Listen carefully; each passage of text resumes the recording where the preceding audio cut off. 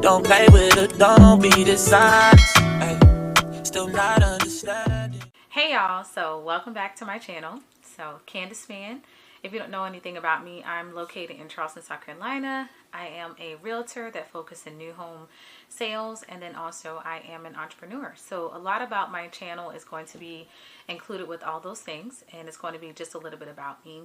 While I'm recording right now, my dog is a little bit antsy. Of course, we just went outside to use the bathroom, so he may be whining as I may be recording this. Let's hope I can actually get through this episode without him doing too much.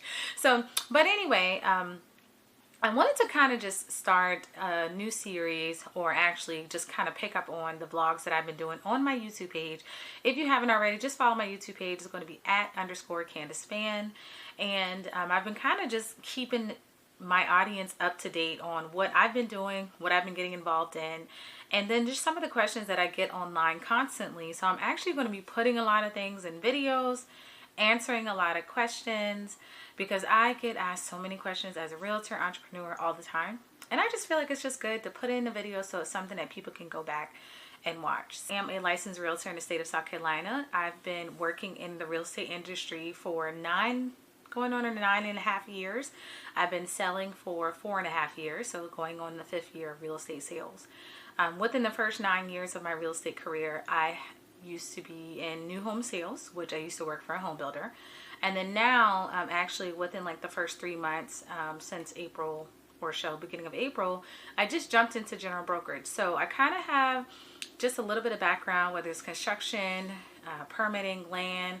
It's a whole mixture of things, but I still get all these questions, so I decided to just answer them. So first question that I get all the time is becoming a realtor hard? To answer that question, becoming a realtor is not hard. Actually, all you have to do is just go to school, take the credited hours, and take the exam. And then once you pass the exam, then you will be a licensed realtor. So to really answer your question, is becoming a realtor hard? I will say the process of applying for the exam and everything else and actually being licensed is not the difficult part. What is difficult though is actually practicing real estate and actually being a realtor. So that goes in kind of into my second question. How do I become a realtor? How do you become a realtor? You have to take credited hours. I know that NAR is doing a big settlement on a lot of changes. So you do have to take, last I recall, about 90 credited hours for your real estate license. You do have to be in a class, whether it's a classroom or whether it's on live Zoom with a professor. You can actually apply for your real estate license at any accredited school, as long as it's a registered school for, to give out real estate license. You can do all this on Google. And if you're in Charleston, I actually got my real estate license from Trident. I did hear recently that Trident no longer does real estate licenses, so I have no idea. But you can just look it up. So you have to take 90 credit hours for your real estate license, and then you have to take a state and a national exam. So those are going to be, probably up to 100 questions, if not over 100 questions.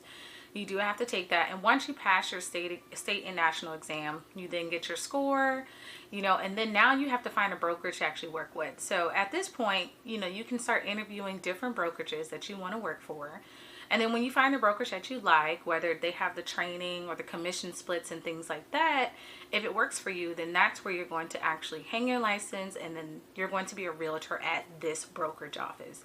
I know a lot of popular ones that we have in South Carolina is like Carolina One, Agent Own. The one that I work for is called CLF Home Solutions, which, it is for short for Changing Lives Forever Home Solutions. So there's so many different brokerages that you can go to. Go to the one that works best for you. That's the best suggestion that I have. And then after you hang your license, then you will actually go through probably a lot of training, whether it's on the buyers or seller sides, and then you will actually start practicing real estate.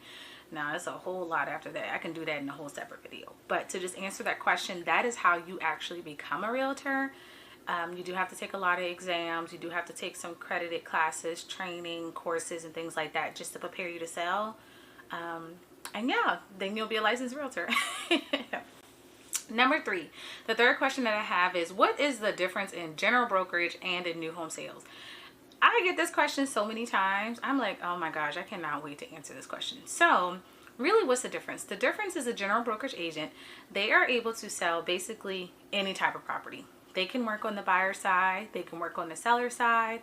They can help you sell residential property, whether it's a house, a mobile home, manufactured home, a townhome, a detached home, an attached home, condos. General brokerage agents can kind of do any property style. Also with general brokerage, they have commercial agents. So commercial agents only work with commercial properties, which will be businesses, office locations, and things like that. So if you are a residential agent, you cannot sell commercial. And if you are a commercial agent, you probably can sell commercial and residential as long as you hold both of those licenses. A new home sales agent is actually a licensed realtor in the state that they are in. They just work for a home builder. These new home sales agents are just strictly listing agents or seller's agents.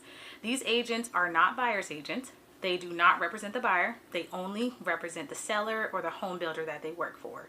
So a lot of things is like when you go into a new home community, you drive through, you see a model home up front and you see an agent that sits in the model home. So that is going to be a new home sales agent.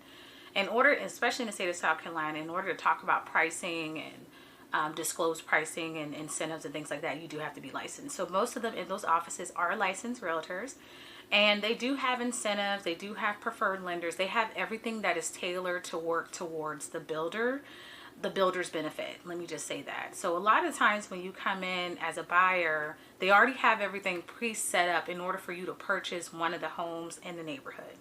That new home sales agents cannot sell outside of the builder. So they only can sell what the builder builds, and that is it.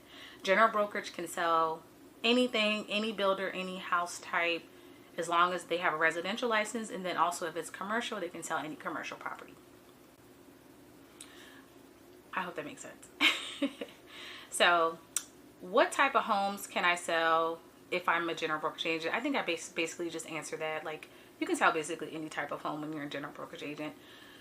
It just really depends. Townhome, single family, detached, condo. You really have a wide variety of homes that you can sell within general brokerage, which is really cool. And I'm actually excited about that because coming from new home sales and just working in new home construction, just to kind of break it up just a little bit, I was only put into a certain price point. So if you came into the office looking for a new construction home, honestly, it's like if you could not afford it, then there's nothing that I can do as a new home sales agent. Like, you come into the neighborhood, it's understood that you know our price point, so it's understood that we automatically assume that you're going to qualify for that. And then if not, we can push you to different neighborhoods. But other than that, it's just like you're set in a certain price point. With general brokerage, you have the ability to sell entry-level price points, maybe $200,000. You can sell over $1 million listing properties. Like, you have a wide variety. Now, really the difference between, as far as client is concerned, general brokerage is a lot of lead generation that you have to do on your own. So you're hitting the ground running, connecting, networking, you're on the ground. I mean, every person that you're talking to can actually be a customer. And versus like with new home sales, the traffic that comes into the door is automatically going to be leads that, you can kind of keep in your database. But it's not something that the new homes agents keep. And I can go into that in a different video. But it's not our leads. It's actually the builder's leads. So once you put it all in the system, it's all the builder's leads, contacts. It's not something, the intelligent property that you can take with you when you leave. But when you're a general brokerage agent, those leads are your leads. You created those relationships. Everything else with new home sales is created by the builder and the marketing team that they have set up. So it's kind of really the difference. So I hope that kind of clarifies some things. Number 5, where am I located in South Carolina? And can I service the entire state? Where am I located? Basically, that's like the question that I get. So I'm located in the state of South Carolina.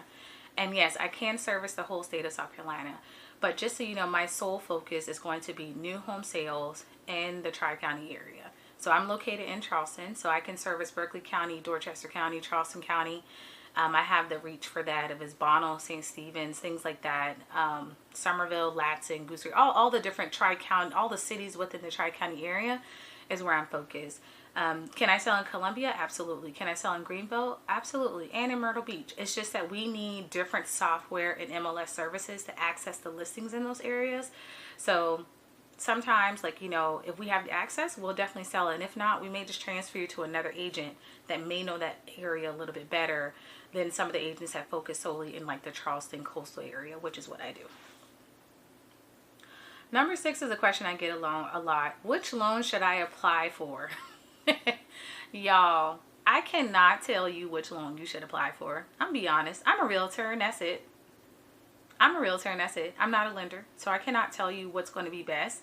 However, the different loans have different types of qualifications for it. So the VA loan, of course, is military. So if you're military, you're probably going to look to apply for that loan. USDA is U.S. Department of Agriculture. That loan is actually going to be for people who want to buy homes in rural areas. So I know in the Tri-County area, parts of Somerville, Hollywood, you know, St. Stephen's, parts of Moncks Corner, Santee, things like that could possibly be qualified for the USDA loan. If you don't know the house that you're looking at, you want to see if it qualifies for a USDA loan, I would definitely go to the USDA website. It's a governmental website. You can type in the address for the house that you like and see if that house actually is like in the USDA area. And just so you know the difference, for a VA loan, it's 100% financing, and also for a USDA loan, it's also 100% financing. So that means that it's no down payment. The only difference with that is that it is in a selected area. So you're probably not going to be able to purchase in like city areas. It's going to be more in rural city limits. FHA loan, you're required to put 3.5% down of the loan price. So it's going to be 3.5 down. So whatever home you find, just keep in mind, if you go FHA, you're going to require to have a 3.5% of the sales price, or excuse me, of the loan amount. That's what you're going to have to put down as a down payment. So that's going to be something for FHA. And then conventional is typically going to be for those who may have a, you know, higher or stronger credit score. These people may considerably be like in the 700s. I've seen conventional loans as low as 3% down. I've seen them as low as 5% down. Now, of course, when you put down a lower down payment on a conventional, you do have things like PMI that's going to be a part of the loan. But if you put 20% down, then you don't have to worry about mortgage insurance being a part of your payment. So I can go into that later if that's something that people want to know more about. But also, again, I am not a lender. I am just a realtor. So I let the lender do their job. I educate you as much as I can up until this point. And then, you know, we find a loan that works and we allow the lender to do all the teaching on top of it. And then if they can't answer certain questions, we'll try to see if we can fill in and get some things answered for you too as well. But they pretty much know all the answers. But some lenders don't. Some of them don't be knowing how to do their job. So sometimes we will not use a certain lender and then end up going with another one because, child, they be playing around. We don't got time for that. So number seven, this question I get, first time home buyer programs. What do I do? How do I get approved for them, etc.? You just have to ask about them. So first time home buyer programs probably are all over. You know, it doesn't really matter. You just have to ask about whatever lender you're applying for, or whatever bank, whatever credit union, whoever you're putting the application in to get a loan for a home or for a mortgage. Ask them, do you have any first-time home buyer programs? Do you have any 100% mortgage programs that I can use as a first-time home buyer? So I can't tell you like which one exactly is a first-time home buyer programs, because every single bank, mortgage, mortgage office, bank, financing office is all different. So you just have to ask about them. And then if it works for the range that you're looking for, if you want 100% down, if you want 3% down, they have so many different creative ways to help you for buying your home for the first time. So it's just a question that you ask. And the last question that I'm going to ask, which is number 8, everything is being gentrified. Why is that? Honestly, I wish I had an answer on why things are being gentrified. But one thing I will say to kind of educate you just a little bit on gentrification. So there are pros and cons to gentrification. If you know about a little bit of areas that have not been revitalized in a really long time, it does not keep up with the health of the homes in the community, if that makes sense. So we're not having political officers or people that are in office, if they're not investing into these developments, putting new playgrounds in, putting in new things for the kids, or if there's not new schools and new developments coming to the area, new restaurants, there's not going to be a lot of equity or a lot of growth for the homes over time. And also, after a while, if there's not HOAs or things like that, the health of the community can actually dwindle away if the people in the community aren't taking care of it. So a pro of gentrification is that when some builders come in or when some investors come in, they actually bring in newer home types. One, it does bring in a different demographic, or it does bring in, more that probably want a more established home. Even if it's the same demographic, it could be a house that, people just want newer homes, but they want to live in this area code. That's a benefit, because if they're seeing new houses going up, that means that development is around. It's becoming a highly desired area, and it's something that investors see that is a good thing to put some money in. The danger of gentrification, which kind of bothers me as a licensed realtor even at times, is that when they dissolve culture. I think that there's a way to balance with gentrification that where you don't completely dissolve the culture of the neighborhood. Putting a house into a neighborhood and making the houses so expensive, like 3 times the price of what they were at an average rate, it's very difficult to stomach. And sometimes we even have to sell those houses. Like, for example, like even being in Park Circle in North Charleston, those houses, right off the march, they're $500,000 to $700,000. And when in Park Circle, those prices have never been that. But when you look around Park Circle, you're seeing new restaurants, you're seeing new developments, you're seeing new apartment complexes. All these different things are being added to the community. And when people are coming to Charleston, these investors are saying, hey, we can kind of get a good price on the margin for these to kind of get some more investments in the neighborhood. So that's just the danger sometimes with gentrification, is that it can dissolve culture, and it's just a very tight line that you walk when you work in the real estate industry. But I think it's just something that we should chew on. So we talking about a Charleston chew, and we talking about a chewy. We talking about things that, we have to bite down on. We have to bite down on the fact that gentrification can help a lot of what we're doing, because honestly, when you think about it, when you tell somebody, okay, we want to build a new house in the Macon, or we're going to build a new house on Ackaby, we're going to build a new house on the Hub, we're going to build a new house, on a Wayland. And when you talking to the community about that, they're like, well, I don't want to live on a Wayland. I don't want to live on Ackaby. Like, girl, no, you would never catch me. I would never live in Chicago. Like, why not? These are areas that we grew up in. You know what I mean? If they're doing new developments out here, you have people that don't know nothing about these neighborhoods and will come down here and buy one of these investment properties and not even think twice about it. So I think it's like we really have to understand that one, Charleston has now become a city that is extremely expensive and highly desirable. And if you, being from Charleston, as a native of Charleston, don't see the value in that, then these properties are going to be bought right in front of your eyes. And you can't be frustrated with the fact that, well, dang, they coming down in here and they buy. Well, you didn't think about purchasing it. So it's just so many different things. But we have to chew on the fact that gentrification helps, because if we're not using the dollars from, political offices or developments, or if you're not putting money back into the community, or if you're not buying grandma's house back, then we can't argue about the fact that there is developments that's helping increase the growth of the community itself. So that's one thing. I do think that gentrification is happening because Charleston is highly desirable, because, real estate is still yet a little bit affordable for those that are coming from up north, or maybe from, the West Coast. But Charleston is that place to live. And I tell my clients all the time, if we don't think about securing something within the next year, it's going to be really difficult to possibly afford something in Charleston that you deem as affordable. So there's just pros and cons to it. And I just think that, just as people and as a generation, when we see gentrification, is that we don't raise our head as a negative thing, because there's a pros and cons to it. It helps the life of the community.